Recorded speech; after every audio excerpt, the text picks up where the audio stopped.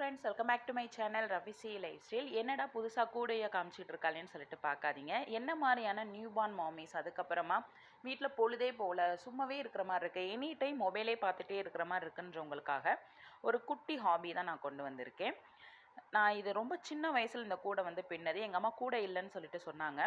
So எனக்குமே mobile பார்த்துட்டே இருந்து ரொம்ப போர் அடித்ததுனால இந்த கூடையை நான் ரொம்ப ஆர்வமாக பின்ன ஆரம்பித்தேங்க. இப்போ நான் ஃபினிஷ் பண்ணி கைப்பிடியுமே போட்டு முடிச்சிட்டேன். கைப்பிடி கொஞ்சம் மெஸ்ஸியாக தான் இருக்கும், அட்ஜஸ்ட் பண்ணிக்கோங்க. நான் ஃபஸ்ட் டைம் போட ஆரம்பிச்சிருக்கேன். ஸோ இது எப்படி இருக்குன்னு சொல்லிட்டு கமெண்ட்டில் மென்ஷன் பண்ணுங்கள். எங்கள் அம்மா எப்பயுமே சொல்லுவாங்க, பெண்கள் எல்லாருமே கையில் ஒரு சிறு தொழிலை கற்று வச்சுக்கிறணும், சிறு தொழிலும் எப்போனாலும் ஹெல்ப் பண்ணும் அப்படின்னு சொல்லிட்டு சொல்லுவாங்க. ஸோ அதுபடி தான் பார்த்திங்கன்னா எனக்கு இப்போ கூட பின்ன தெரியும். நான் மெஹந்தியும் போடுவேன். அது மட்டும் இல்லாமல் ஆரி ஒர்க்குமே எனக்கு போட தெரியும். டெய்லரிங் கிளாஸுமே நான் கற்று வச்சுருக்கேன். என் கையில் சின்ன சின்ன ஹாபீஸ் இருக்குது.